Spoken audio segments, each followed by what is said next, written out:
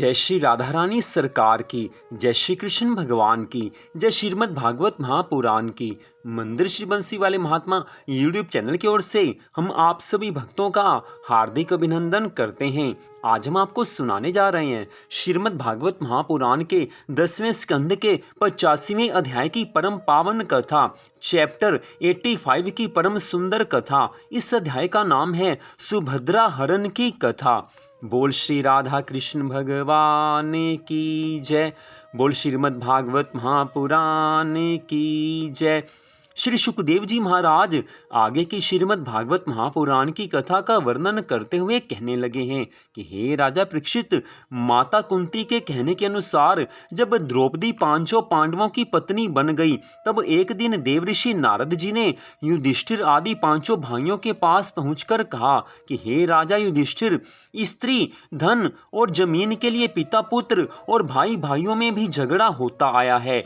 इसलिए मैं तुम्हें एक ऐसा उपाय बताए देता हूँ जिससे द्रौपदी के प्रति तुम में परस्पर कभी झगड़ा नहीं होगा। युधिष्ठिर जी महाराज कहने लगे हैं कि हे मुनिवर, वह उपाय कौन सा है? तब देवऋषि नारद जी ने कहा है कि हे युधिष्ठिर, सुनो, तुम 5 भाई हो, सो एक एक वर्ष तक तुम द्रौपदी को अपनी अपनी बारी से सेवा का अवसर दिया करो। यदि कभी एक भाई की पारी में दूसरा भाई द्रौपदी के महल में चला जाए तो उसे 12 वर्ष तक वन में वास करना होगा।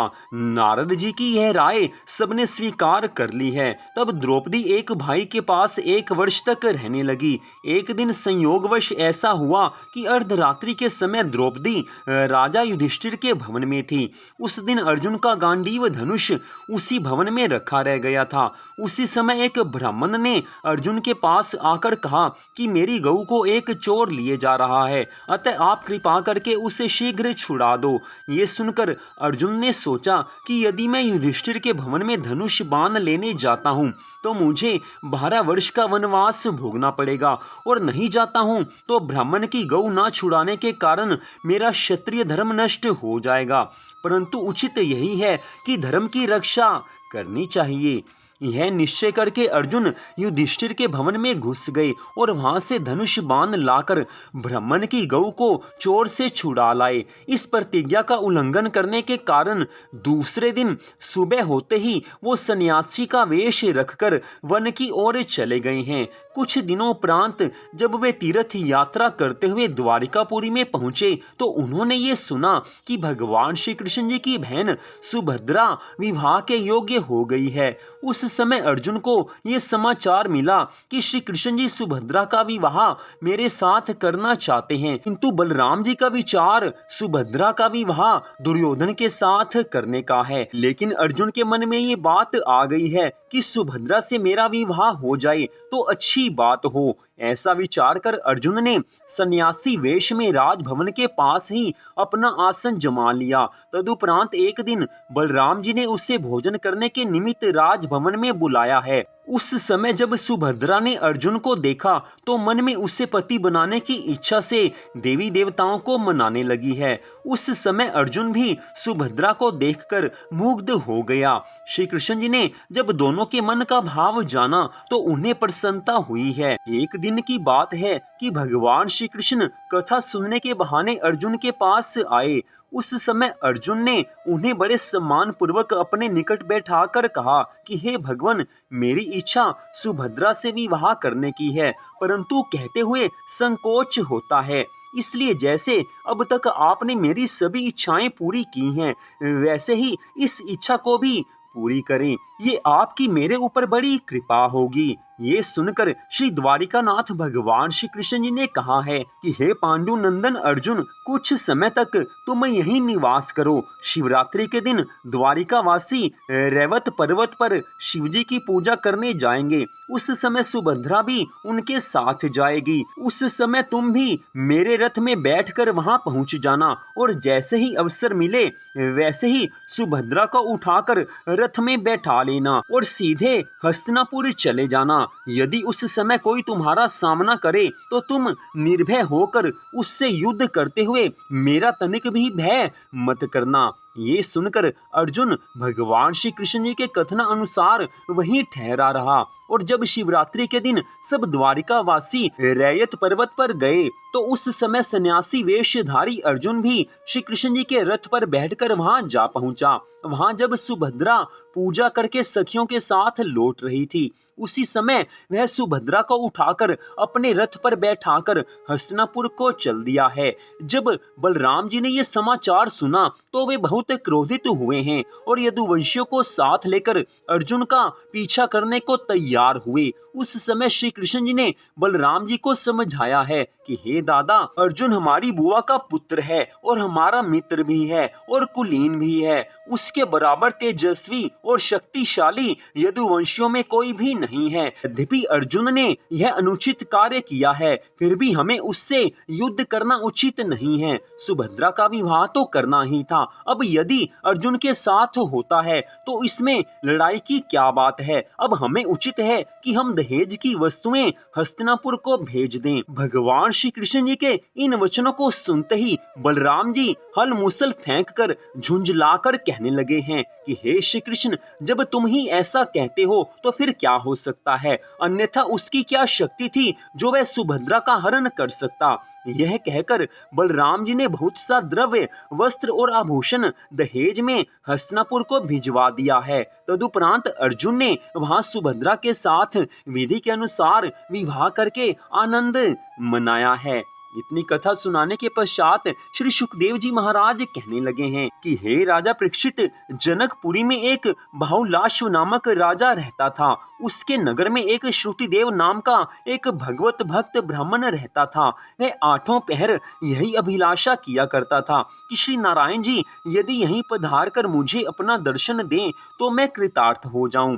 उस ब्राह्मण का ऐसा भक्ति भाव देखकर अंतर्यामी श्री कृष्ण जी देवऋषि नारद, वेद व्यास, वशिष्ठ, अगस्त्य, परशुराम, अत्रि, वासुदेव, देवल आदि ऋषियों के सहित जनकपुरी को चलने लगे। तो मार्ग में जो भी देश पड़ते थे वहां के राजा आगे बढ़कर श्री मुरली मनोहर भगवान श्री कृष्ण जी को भेंटोपहार देते थे।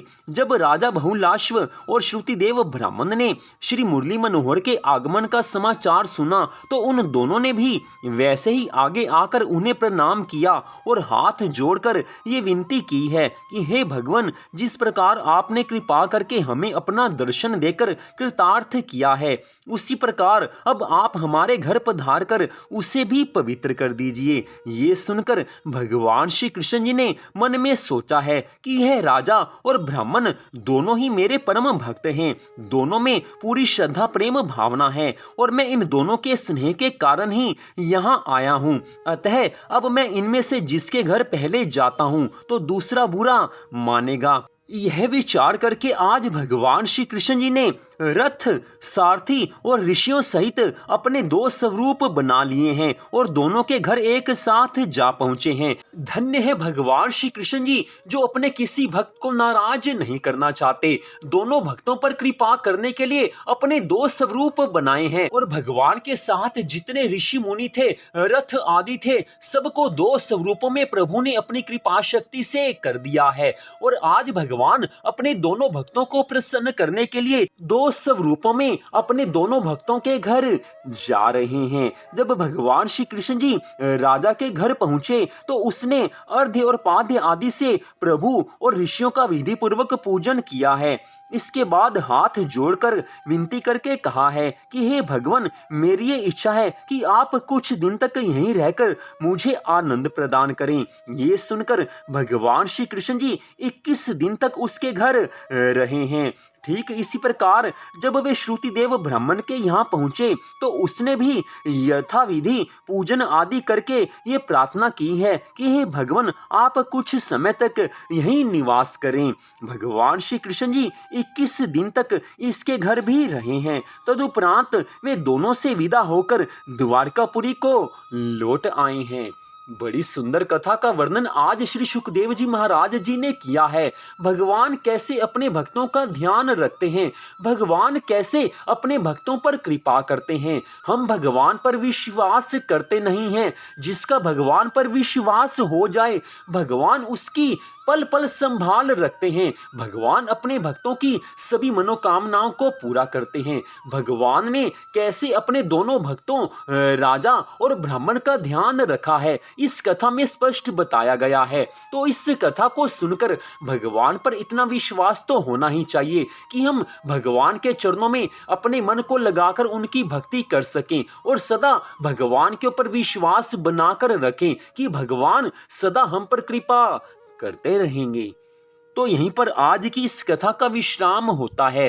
मंदिर श्री बंसी वाले महात्मा यूट्यूब चैनल की ओर से प्रतिदिन आपको सुबह और शाम दोनों समय अब श्रीमद् भागवत महापुराण की कथा सुनाई जाएगी, क्योंकि हमारा प्रयास है कि आषाढ़ मास में ही श्रीमद् भागवत महापुराण की कथा का विश्राम हो जाए और श्रावण मास में हम आपको शिव महापुराण की कथा सुना सकें। श्रावण मास में श्रावण मास महत्म और शिव महापुराण की कथा हम आपको सुनाने जा रहे हैं। तो कोशिश यही है कि श्रीमद् भागवत महापुराण की कथा इसी आषाढ़ मास में इसको विश्राम दिया जा सके। तो इस कथा को सुनने के लिए आप सबका हार्दिक धन्यवाद। भगवान श्री राधा कृष्ण जी की श्रीमद् भागवत महापुराण की अनंत कृपा सदा आप सब पर, आपके परिवार पर बनी रहे, इसी मंगल कामना के साथ जय श्री राधा रानी सरकार की, जय श्री कृष्ण भगवान की, जय श्रीमद् भागवत महापुराण की, जय श्री सुखदेव जी महाराज की। जय जय श्री राधे, जय जय श्री राधे, जय जय श्री राधे श्याम।